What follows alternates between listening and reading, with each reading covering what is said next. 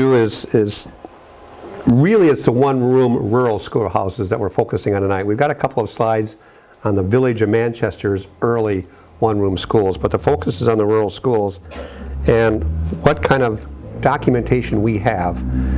Turns out if you want to research a particular one-room school in the 4 townships, there is a ton of information out there. If that's we don't focus on one school, you can trace it from the beginning to the end. We're also looking at, as a society, developing a driving tour map, kind of a trifold map that you could unfold that will locate all 40 roughly school locations, what you will see if you go there now, a building, the ruins, nothing, and a little bit of brief history of each school. And so that's part of what we've done tonight is start to assemble the information for that and kind of go into that. So with that in mind, I shall begin. This is the Pleasant Lake School out on Pleasant Lake Road and Lima Center Road in what's now called Fredonia, what was called Fredonia and still called Fredonia by some people. And that school does not physically exist anymore, but it's one that we've done a lot of research on. And as you'll see tonight, there are so many records out there. And fortunately, in Freedom Township's case, we have in the archives long histories of individual schools that people put together back in the 1940s and 50s that have been preserved. It gives you a ton of detail about these schools. So that's how we're going to start off here tonight. So Village of Manchester itself had 2 one-room schoolhouses within the village beginning in the 1830s, Ward 1 and Ward 2. Ward 1 was over in what's called Soulsville, or East Manchester. It was an independent little village at one time called Soulsville and became East Manchester, now where the village hall and library are. We've not been able to find any photographs of that District Number 1 early Manchester school, but the other one, Ward School, was right here in the village green, Worcester Park. It was on the southwest corner and right next to Susan Fielder's house. And this is one of the better pictures we have of that school, showing what was the original part of your house. And on the left side, there's Sue Fielder's house. And then, so it's right at the corner there of Main Street and Macomb Street. And so we have a lot of photographs of one-room schoolhouses with the teacher and the kids out front. And fortunately, many of them are labeled not only for the school, but the students. If you look on the back of this picture, you'll actually see the names of the students, and ideally is back row, left to right. So if you're in a genealogy of trying to find a photograph of your great-grandfather or whatever when they were kids in school, we got a ton of stuff here that probably people really don't know about. So the Ward School operated from the 1830s as the full-time school up until 1867 when the Union School building was built. The Ward School shut down, but then would open periodically when there was overcrowding in the main Union School. And so the building sat there in the village green probably into the late 1800s. And then it was picked up and moved somewhere as a Boy Scout thing. I'm not quite sure what it went to, but the Ward School was one building. And then this in 1867 replaced it. So we've talked about Manchester in 1867 before. It was the boom time after the Civil War. Things were going crazy in town, a lot of building up going on. And part of building up the town was to build a consolidated school building. So the Union School was sitting where the Ackerson building is now sitting. So where Ackerson, which was built in the 30s, is sitting, the Union School was sitting there at first and handled all the grades up through high school. And this, of course, is one of the classic pictures there with kids up in the trees, probably defying their teachers. But we have a lot of information on the Union School, but I didn't want to really talk at length about that one tonight. Ray, excuse me, when you say there's a lot of information, I mean here or at the Bentley Library? I'm going to talk about that in a minute. I'll show you where all the sources are in a few minutes. Yes? You said the Ackerson building. I'm not familiar with that building. We're over on City Road, just going straight down, turn the corner on the north side of City Road. It's the 1930s high school building, and it's got additions onto it. That's called the Ackerson Complex. Okay. Here's another view of the Ward 2 number school when cattle used to roam the village green. Thought maybe that was lunch. Yeah, it's Really, I didn't know that. yeah, cattle used to come in. Yeah, they used to. Now we have deer. Yeah, right. Well, now they used to drive cattle through town all the time, and so we found this picture of the Ward School with the cattle in the foreground there showing. So I have a question too, Ray. The street behind them, that's now Main Street? Yes. So the village square was actually right out in the middle. The square went around where the cows are. That's a question that's been asked before. All the plat maps we have show the road going right through the center of what Worcester Park is now, and Is that Barnard here? and I think that it's just the angle perspective. I think this back here is as wide as this part over here. That's Really? Oh yeah, because the building looks small. yeah. So that's one picture we have, and here's another one taken a little bit farther back, again showing the homes as they existed. Now this is probably very late 1800s, early 1900s picture of the school. So anyways, we have a lot of information. I'll talk more about that. Here's a picture of the second grade class in, I think it was 1889. The teacher is Mrs. Weir. So we have all that information. But there was a period there when there was a bump in the school population working its way through the schools.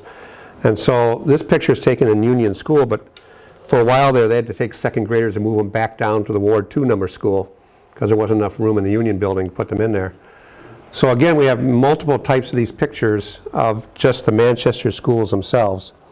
We've got pictures of famous people like Marie Kirchhofer. She was principal of Manchester High School in 1889, and we may do a talk someday on just the famous female people involved in Manchester schools in the early days. I found an Enterprise article from the 1920s where it says Miss Kirchhofer has gone to Hollywood.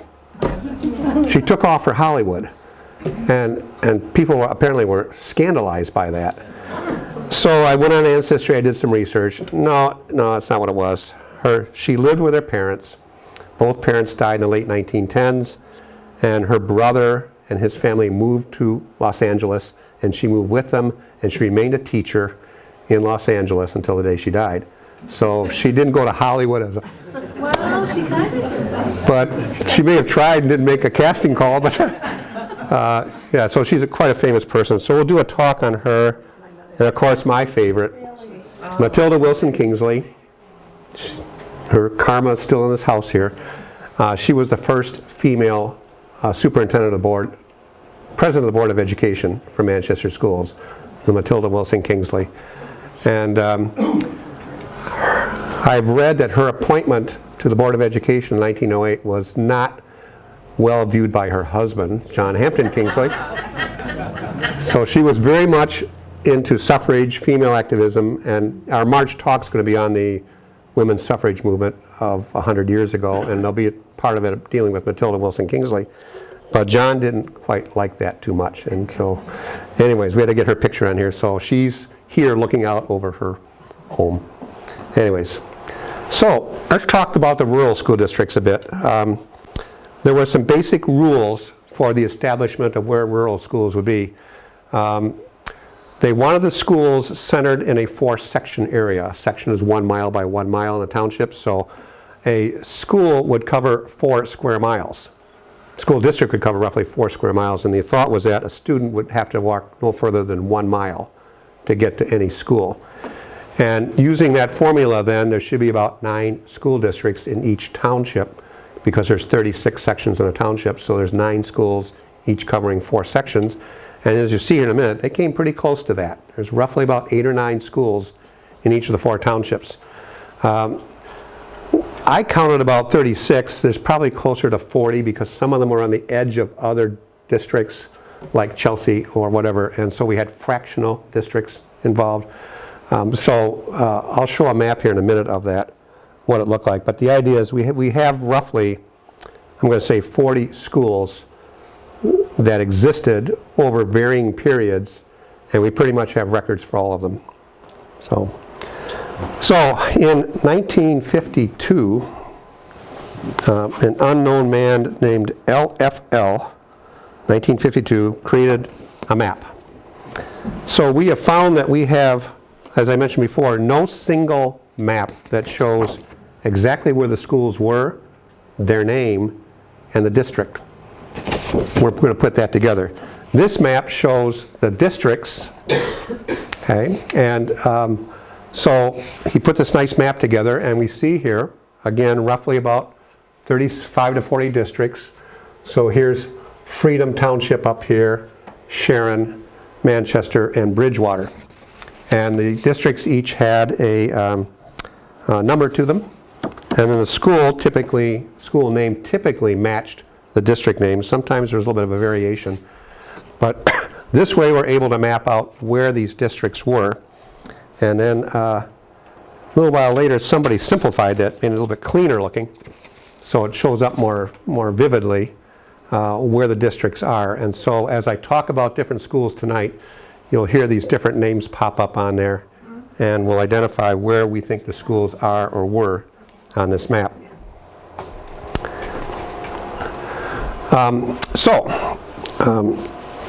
Back in the 1980s, 1990s, I'm not exactly sure when, the 4 townships around here donated to the Manchester Area Historical Society vast amount of files, historic type files. The Historical Society took all these in. It's probably about 6 cabinets and many, many boxes. I'm not sure exactly when they came here, but in that period, I'm going to guess late 80s, the Society board, I think kind of led by Howard Parr, decided we would not keep those records here at the blacksmith shop. And so they donated them to the Bentley Library at University of Michigan. And I'll talk more about that in a minute. But thankfully, I'm pretty sure Howard did this, he kept a record of every township, every school number, and exactly what was donated to Bentley. Okay. And I mean, it varies all over the place. We've got from the Manchester School number 6, Oak Ridge, minutes, financial census, etc., from 1873 to 1953. Full of stuff. Here's one, Sharon number 1, Rose Corners, from 1839 to 1906. All the records exist. So as you'll see later on, if you want to research a particular school in detail, there is all kinds of data out there available for that. So we're very pleased that Howard put this record together and kept it here, because if you go on Bentley's website, you don't see much. And I'll talk more about Bentley here in a minute, what it's like to go there and try to do research. Ray? Yes. On Manchester Township, Yes. am I just not seeing it, or is Bowens School not up there? What school? Bowens, B-O-W-I-N-S. The reason I asked, my dad was on that school board, that old country school board years ago. Now, unless it was called something different, but the old Bowens, the old original Bowens farm was out on Schneeweiss Road where Dick Fay now lives. And George Bowens and John English were directors of that school. Okay. Well, it may have changed name. We don't know that. It's not on our map. I didn't interrupt you. Or it could be outside the Manchester district. Okay, the English school, if I'm not mistaken, and I could be wrong about this, was on the corner of Grossman and Marley Road, I think. I've got a picture coming up about that one that has all Grossman and Hensey families and everything in it. So let me take a look at that here in a minute when I get to that. You know, it might have been called the English school at one time. If I never knew that it did, but when my dad was on the board, that was just before I started school, it was called the Bowen School then, because him, my dad, and old Lawrence Gauss were the ones that went out and were instrumental in getting a new well drilled at that school. Oh, okay. And then the next year, they closed it. Oh, okay. Too bad. Thank you for Yeah. letting me interrupt. No problem at all. Please feel free to ask questions as you will. So one of our goals, again, is to identify all the schools. where were they, what was their name, what area to cover. If you look at 1874 plat maps, so we've got plat maps from 56, 64, 74, 95. If you look at the old plat maps, they will show you where a school is. And this is the Spafford School. This is Austin Road coming across here, and this is Lamb Road going up. And so we can see from these maps, we can identify where schools were. 1874, 1895, 1915. Some of them ran for 100 years, 112 years. Some of them ran for 20 years. But this is nice to have this on here. It shows that there was a school there at Austin and Lamb. We found from other records that it was a Spafford School. We got photographs of it. One neat way to do this is a online program called Map Washtenaw. The county has put online very, very precise, detailed aerial photographs. And you can go on there. They got aerial photographs from 2018. And you can hover over a map, find your location, and then change to aerial photographs. And these aerial photographs are startling, the detail they have on them. I can count the bricks in my house. That's how fine they are. And we've used these a lot to help people do research on their homesteads, where we see what are called ghost images. You can see on the aerial photograph a little rectangle sitting in the middle of a field because the house that was there, or the barn that was there, compressed the soil enough. And they take the photographs in the spring before the foliage comes back, so you can find out where all these farmhouses and stuff were. On this same website, if you got the 2018 aerial photograph up there, which I did do for Spafford School, I pulled it up. And of course, there's nothing there now. There's no Spafford School. There's a house there. But you can slide the scale across the bottom, and it will scan through the aerial photographs back to 1940. And you just flip through this thing, and suddenly Spafford School shows up. And you can say, okay, in 1954, Spafford School was still there, something to that extent. So one way to be able to locate exactly where the schools were, if they're not there anymore, is through these old aerial photographs. So we use these plat maps to try to start identifying where some of the schools are. Last year, David Renner came to me with this big announcement. He says, the United States Geological Survey, United States Geological Service, has published topographical maps of all the area, very, very detailed. And in 1908, they published a set of very detailed topographical maps. And let me see if I got to zoom in on this one here a bit.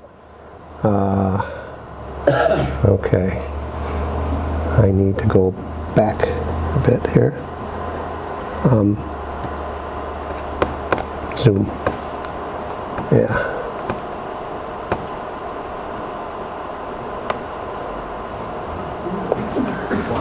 I got the schools on there with a name.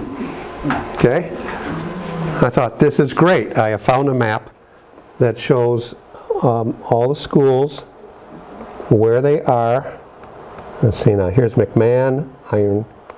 Let's get up here towards Manchester a little bit. Yeah. So here's Spafford School, showing up there in the corner. So I thought, this is it. We have found a map that shows the name of the school and where it was. Until I started looking at this map in more detail, and I realized some of the schools that we're doing research for aren't on there. What's going on? So David gave me the link to the USGS website. They have all these old topographical maps on there, and you can download them, or you can order prints of them from there. So I pulled up this particular map. Sure enough, it was made in 1906, but the schools were added in 1948. So USGS came along, and they took a 1908 topographical map, and they're updating it, and they're putting on the schools. So if the school wasn't there in 1948, it's not on the map. Oh, darn. And then I tried to find the Saline Quadrant map. This map covers Sharon and Manchester. So I tried to find the Saline Quadrant map on the other side. They didn't put the schools on. Same group of people, 1948. Whoever did Saline map didn't put the schools on. Darn. That didn't help me. So anyways, we can find, again, very precise locations if the school was still there in 1948. Okay, so let me go back. So we're still kind of stumped on this. They're beautiful maps, very, very detailed maps. Okay, so how do we go about finding the rest of the schools? So let's take one we know about, Pleasant Lake School in Freedom Township. This is the picture I showed at the beginning. What kind of records are available to help us locate these things? So here we got this beautiful posed photograph, I'm going to guess in the 1900s, early 1900s somewhere. We have records that show all kinds of information about the school. We could identify that teacher. We were able to do that. We got the records for that. So we've got that. And then we look at Pleasant Lake School. Here's a 1938 picture of the centennial celebration. So we know the school was started in 1838. Able to figure that out. So this was a big celebration held there with policemen watching over everything. And they're celebrating that school. So our goal is to try to find multiple sets of pictures of each school to see how things evolved over the years. And then, of course, that evolved into the new Pleasant Lake School. Where I went to school. Yes, and we have all the records on the Pleasant Lake School from the time it was built till it finally closed in 2003, I think. It was the last time it was used. And it went through a lot of different evolutions and things like that. But again, we're fortunate to have archival records where people have researched individual schools and put the records in a file there and made them available for us. So this worked out pretty good for Pleasant Lake. If you look around what's available now, what can we find if we could identify all the locations and drive to the schools? This is probably the best example of preservation of a one-room schoolhouse. This is the Rose Corner School, south side of Pleasant Lake Road, a little bit west of M52 that Ron Kuhl bought this. Ron Kuhl bought this from Manchester Schools. And he's done a great job of preserving it, keeping it intact. You didn't have skylights, Angie? It's a nice addition. That's a good point. I don't know if they didn't have skylights back then, but you can make arrangements with Ron to tour the school, and it sits out there, so it's a good example of what the school looked like. Yes? It still has the little tiny drinking fountain, porcelain drinking fountain, kid high. Okay. It has a little porcelain potty. It has the original chalkboard, slate chalkboards. Yeah. And the chalk rails are red. Yeah, he's done a very nice job on this, keeping this intact. Yes? It was the only school in the area that had a furnace in the basement. Oh, a furnace in the basement. We put pan of water on the furnace, on the grate in the floor, put hot water in there, put your jar of tomatoes or soup in there, we had lunches. Yeah, it's a school that's really held up quite well, so it's a pleasure that Ron has done that and preserved it for us. Took a kind of a close-up shot of the stone in it, so it was built in 1890, obviously replacing something else, Sharon District number 1. And yeah, so I encourage you, if you want to see that, contact Ron and see what you can do. Now here's an example. This is the Reno School. It's on Bethel Church Road in Esch in Freedom Township. And they've been working on this for quite a few years. When I first moved out here, it was clearly a one-room schoolhouse building. So many of these schoolhouses have been converted into homes. And this one's got some element of it on the corner there, but he's added on and done other things with it that have kept it intact. If you want to see a really good example of the Silver Lake School, which is on Bethel Church and Ernst, we've got a lot of information on it. When Karen and I first moved here in 2003, it was a home. You could tell it had been a one-room schoolhouse, but if you go there now, it's completely rebuilt. Very, very nice house on the lake, but no evidence anymore of it ever being a schoolhouse. This is the Rogers Corner School up on Fletcher and Waters Road. You go up Fletcher to go east on Waters a little bit. Again, it's been turned into a home. I meant to shoot a picture of the side of it. They bricked in all the windows with a different color brick, and I'm not crazy how it came out. But so many of these schools have become homes, or they become storage sheds, multiple purposes. This is the Oak Ridge School. It's on Tracy and Kirk down in Manchester Township. And it's been slowly falling apart. I waited till the foliage was on so I get a shot of it, but the walls are still standing. So there are a few around that kind of look like this. I mean, they're just kind of sitting there waiting for time. This is one of my favorites. It's the Dillingham School in Bridgewater Township. And this is the focus of our display up in the museum. After our talk today, go up in the museum and look at that. We've got a picture of the inside of Dillingham School with some sort of a class celebration going on that David Renner went out and got a beautiful enlargement of that thing. It's hanging on the wall up there. And when I first moved out here, I think this was a small church. You go down Clinton Road, you're almost to Clinton, and there's a Clinton Methodist church or something that's on an angle piece of land. You make a very hard, sharp turn, go north, and you turn west on Allen Road, cross the river Raisin, and it's on the left.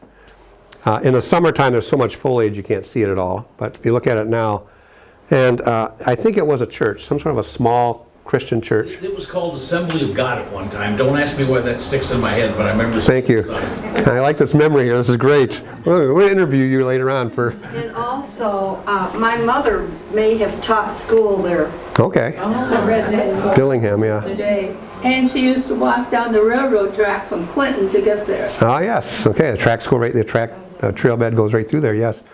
Yeah. I've been Assembly of God, huh? At one time. That was probably Well. 40 years ago, Oh, okay. something like that. I was going to walk up in there, but there's a very nasty no trespassing sign.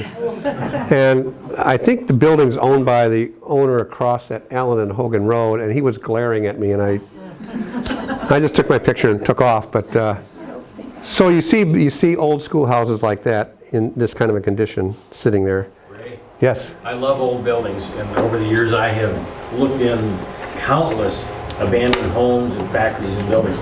Always take a camera with you. Yeah. Not a smartphone, but a real conventional camera. That way, you know, you're there to take pictures. Okay. Okay? That gets you. So the landowner isn't as intimidating. That's right. Yes, I guess. But Karen said I should take my wife with me. Absolutely. You know, two of us go there. Wait. Yeah, whatever. But yeah, it's become kind of one of my favorite schools because we've, you know, David and Sue have done so much work on the display up there with the Dillingham School. Anyways, and there's the Spafford School as it existed, and it's not there anymore. So part of our work is to identify with this map we're developing. We'll have a symbol for a school that's still there. We'll have a symbol for a school that's been modified into a house. We'll have a symbol for a school that's basically ruins, and then we'll have a symbol if there's nothing there anymore. And that's the case with Spafford School. Branches lived there, and I don't know how much of the Spafford School is left of it, but the back portion of their house might still be some portion of Spafford. No. This is the one we pulled up the aerial photograph on. And the house that's there now is sitting back from the road a bit, and suddenly up will pop the Spafford School right on the corner. And so, They moved there and they were working on the school and remodeling it, and then they added on to it. They did. To make their house. Did you talk to them? No. Okay. I know. I went by and looked at the house itself. It didn't seem to fit anything on the architecture of the school building. Maybe it was moved. No, they added on to it. I went to school there, so Okay. I know what they were doing, but you should contact them. Well, that's part of what we'll do for our map that we're developing is get all the facts exactly down on this thing. It just struck me when we went by there that when you see this aerial photograph suddenly show up and there's the school clearly sitting right on the corner where the two roads now intersect, and the house is back a ways with a driveway going into it. So that's something to consider. We have a lot of pictures of people in the school. This one in particular is Nellie Ackerson. So again, another famous person in Manchester's history. This is in her earlier days. She's teaching at the school. I didn't make a note of what school it was, but... We might be able to tell because of the curved windows. Most of the schools have a square door with the little windows across the top, a rectangle. That one has a curved window over the door. Okay. Again, that's something we have to take a look at. So that is Nellie Ackerson? That's Nellie Ackerson in the back row there, yes. Any idea of the year? And who the kids are? I have to take a look at the picture and see if there's anything written in the back or not. The back says Nellie Ackerson, I know that. And I recognize her from later pictures that we have of her, that is her. This one was kind of fun. I love the trim on the windows and everything. It's a beautiful school. And it says District Number 9, 1885, but I couldn't read the rest of it back there. I wasn't sure which of the 4 townships it was in until we flipped over the picture. And District Number 9, okay, got that part. Students, George Grossman, Albert Grossman, Ella Henze, Grossman, Henze. Okay, that's Manchester Township. You know, it really helps to have the names to be able to identify you, and the names are listed in order.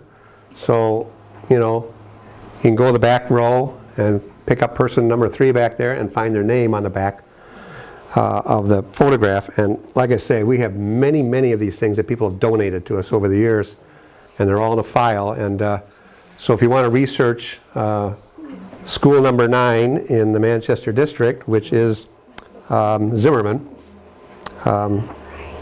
then you can find out things about the people who went there and stuff like that. Another question. Yes. What determined whether it was a frame building or brick? Just how much money they had? Yes. Yes. Where did that money? I'll talk about that in just a second. How we funded things here. No problem. I love this picture too. This is Rogers School, again up on Fletcher and Waters Road. But I often wondered, what did this little boy? Was he mad? Did he regret later on turning his head away from the camera? You look at these pictures and you're thinking, this teacher's trying to keep all these students together, get them all looking out, smiling into the audience, and there he is. No, I'm not going to do that. Who is he, you know? Anyways, we got a lot of fun pictures. If you look at the pictures closely, you'll just see a lot of things like that where students are, I don't want to be part of this. Okay, let me go. What are the ages of the kids? The ages of the kids? Well, it's a variety of ages. From go to school until they're 18, 17? 8th grade, I would guess. I think a lot of it was 8th grade. Again, we have all those records. If you want to research Rogers Corner School, all the records are there.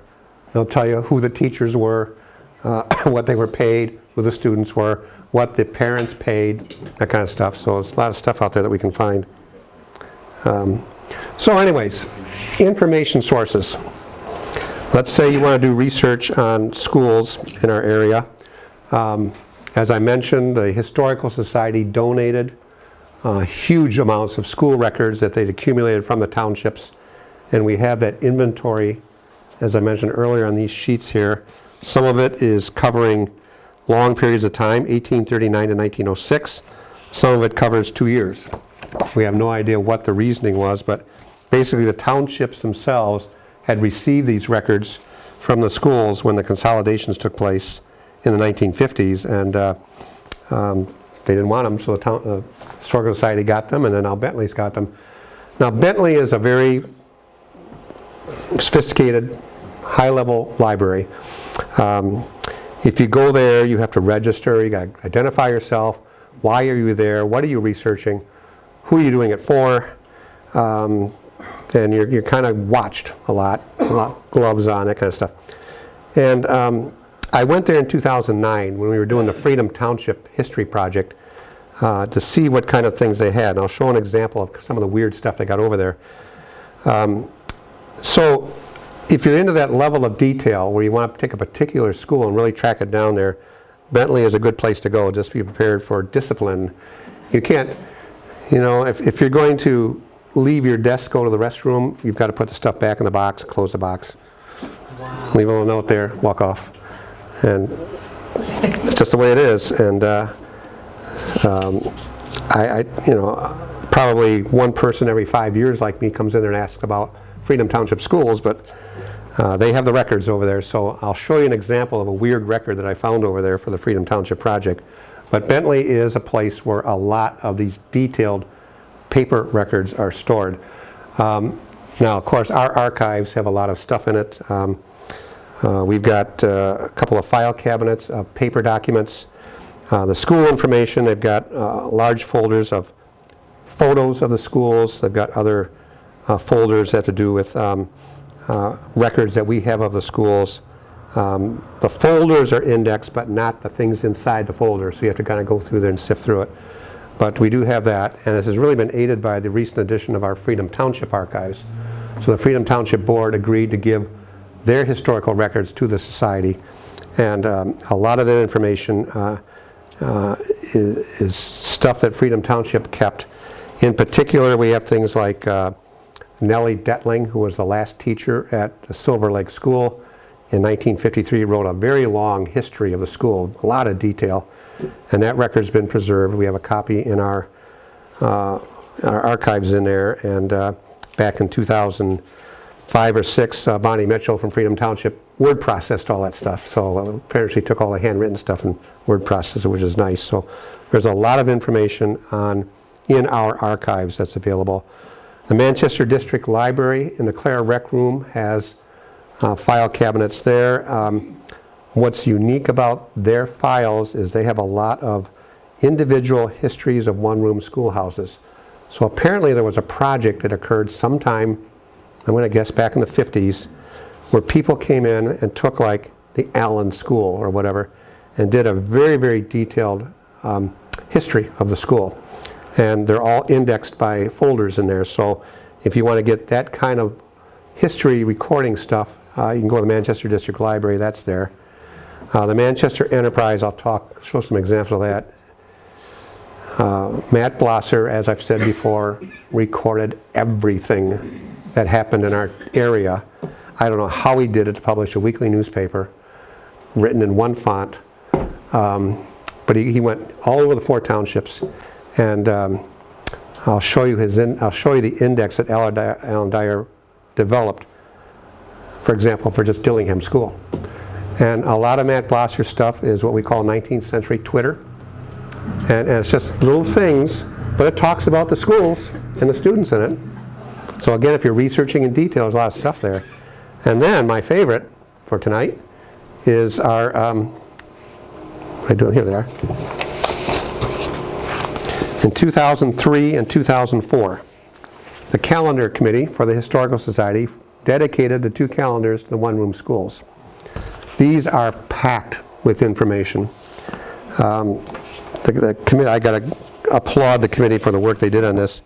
For example, in 2003, a high school student named Jennifer Schultz, who lived in Freedom Township, wrote a rather lengthy article about what it was like to be in a one-room schoolhouse.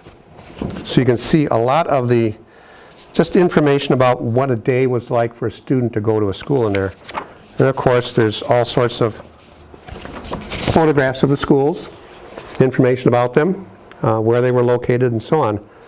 So if you are interested, we have these for sale over in our gift shop there. $5 each, 2003, 2004. You will learn a lot about our one-room schools just by purchasing one of these calendars and taking it with you. So we've gotten a lot of information out of these things. So those are our sources. Just to give you an example from Bentley. Hard to read, isn't it? This is a school inspection report from 1847 in Freedom Township by a man named Jacob Preston. Jacob Preston was a big name in Freedom Township. If you read our history book, there's all kinds of stuff in there. And he was given the job as a big shot in Freedom Township to inspect the teachers, to inspect the schools. So this is his invoice. He's talking about what he did. Okay, April 10th, one day inspecting teachers. June 12th, inspecting teachers in district number 6. June 16th, one day of something to purchase town library. Anyways, Bentley has these records. So you can see Jacob Preston going around school to school, inspecting the teachers, the buildings, the students. Hey, this teacher's got a great library. You know, give him credit.